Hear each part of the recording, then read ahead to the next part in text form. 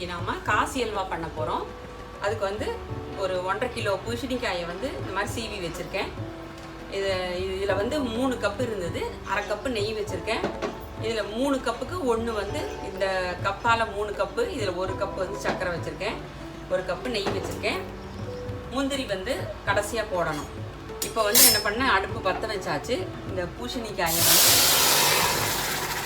பூசணிக்காயை கொட்டி இது சீவி வச்சதை நல்லா தண்ணி எல்லாம் வத்துற அளவுக்கு நம்ம வந்து நல்லா வடிய விடணும். நல்லா பெருசாக வச்சுருக்கேன், தண்ணி நல்லா அது சுண்டி போகிற அளவுக்கு. ஏன்னா சர்க்கரை போடும்போது மறுபடியும் தண்ணி விட்டுக்கும். அதனால் இந்த தண்ணியை நல்லா பூசணிக்காயை நல்லா வேக விட்டு பெருசாகவே வச்சு அடிக்கடி கலரி விட்டு நம்ம வந்து இதை வந்து நல்லா வற்ற வைக்கணும்.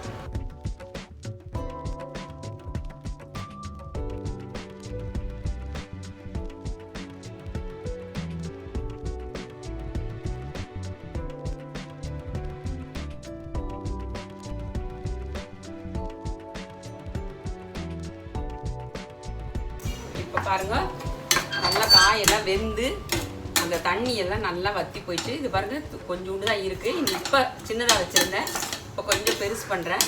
அதே மாதிரி இந்த பக்கம் வந்து இதுக்கு வந்து நான் கலர் பொடி போட போகிறதில்ல. இப்போ லைட்டாக இது காயிட்டோம்.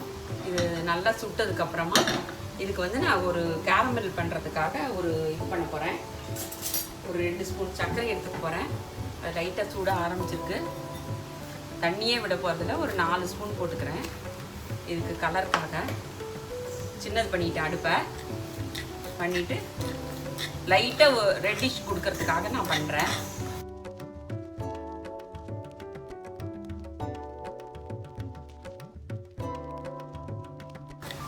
நான் வந்து இந்த சர்க்கரையை இதில் போட்டுறேன்.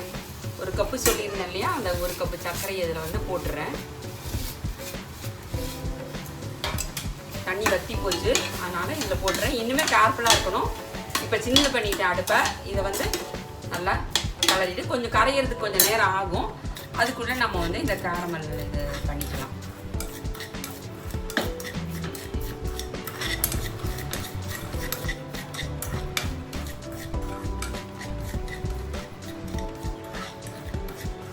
கொஞ்சம் நேரம் ஆகும் அது இது பண்ணுறதுக்கு. இப்போ பாருங்கள், இப்போ மறுபடியும் இது தண்ணி விட்டுன்றது. இப்போ கொஞ்சம் போட்டோன்னே சின்னது பண்ணியிருந்தேன், இப்போ கொஞ்சம் பெருசு பண்ணியிருக்கேன். இப்போ பெருசு பண்ணினோன்னா சர்க்கரையெல்லாம் நல்லா கரைஞ்சி போயிடுது.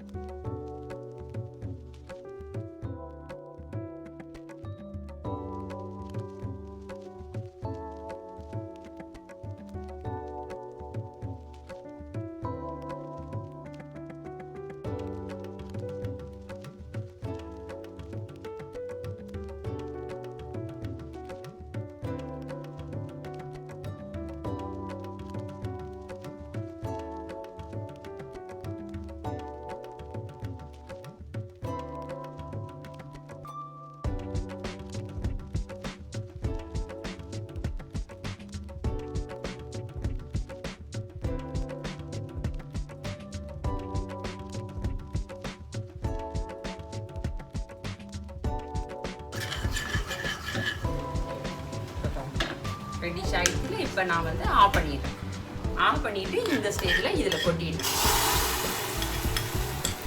உங்களுக்கு கலர் பாருங்கள், கலர் எப்படி வந்துட்டு பாருங்கள், சூப்பராக இருக்கா.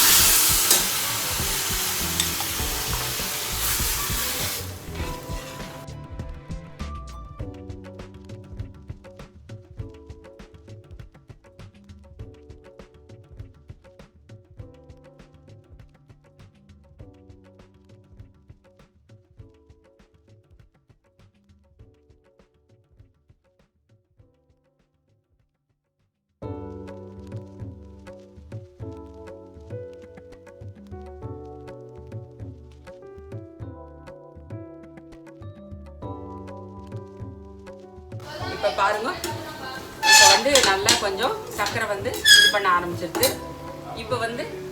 இப்போ நான் வந்து முந்திரியும் திராட்சையும் பொரிச்சு வச்சுருக்கேன். இதை வந்து நெய் போட்டு இதில் விட போகிறேன். நெய் போட்டு கொஞ்சம் நெய் விட்டுருக்கேன். இதை போட்டு கலருவோம். கொஞ்சம் நேரம் கழித்து மறுபடியும் இன்னும் கொஞ்சம் நெய் விட்டுக்கலாம்.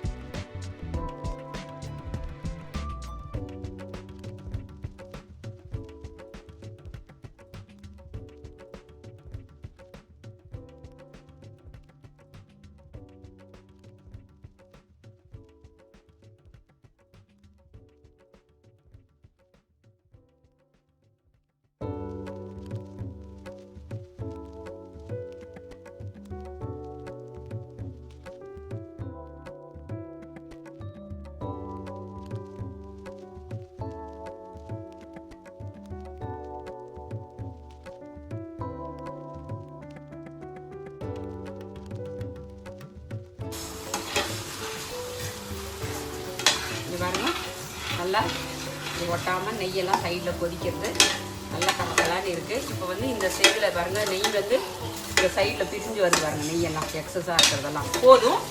இந்த ஸ்டேஜில் இப்படி கலரிங்கன்னா இங்கே அடியில் ஒட்டலை பாருங்கள். இந்த ஸ்டேஜில் ஆஃப் பண்ணிடணும். இந்த சூட்லேயே கொஞ்சம் இருந்ததுன்னா இந்த நெய்யெல்லாம் பாருங்கள் சைடில் வர ஆரம்பிச்சிருச்சு. கலரின்னே இருந்தேன்னா அப்புறம் ரொம்ப சக்கு சக்குன்னு ஆகிடும். அல்வா தானே, அதனால் ஆஃப் பண்ணிடணும். ஆஃப் பண்ணிவிட்டு உங்களுக்கு கொஞ்சம் ஒரு 2 நிமிஷம் நெய்யெல்லாம் நல்லா பாருங்கள். இந்த சைடெல்லாம் பார்த்தீங்கன்னா உங்களுக்கு தெரியும், எக்ஸஸாக இருக்கிற நெய்யெல்லாம் இங்கே பாருங்கள், இதோ சைடில் பாருங்கள் வர ஆரம்பிச்சிருக்கு. அப்போ அதுக்கு போதும்னு நினைக்கிறேன். நெய்யெல்லாம் இந்த சைடெல்லாம் வருது, தண்ணி சொட்டுற மாதிரி வருது பாருங்கள். அதுக்கு நெய் தேவையில்லை, போரும். அதனால் அதுலேருந்து பிரிஞ்சு வருது நம்ம ஊற்றின நெய்யெல்லாம். அதனால் இந்த ஸ்டேஜில் நல்லா அல்வா பார்த்தீங்கன்னா இப்படி இதோ இப்படி விழணும், அந்த மாதிரி இருக்குது. இது ஆயிடுச்சு இந்த அல்வா. இது நீங்கள் ஃபுல் வீடியோ பார்த்தீங்கன்னா தான் உங்களுக்கு ஈஸி தான், பிகினர்ஸ் கூட பண்ணலாம். நல்லா முந்திரி திராட்சையெல்லாம் நிறைய போட்டு சூப்பராக இருக்குது அல்வா. நீங்கள் வந்து இதை ஃபுல் வீடியோ பார்த்துட்டு லைக் பண்ணுங்க, ஷேர் பண்ணுங்க. டவுட் ஏதாவது இருந்தால் கமெண்ட்டில் இது பண்ணுங்க, சப்ஸ்கிரைப் பண்ணுங்க மறக்காமல். தேங்க்யூ.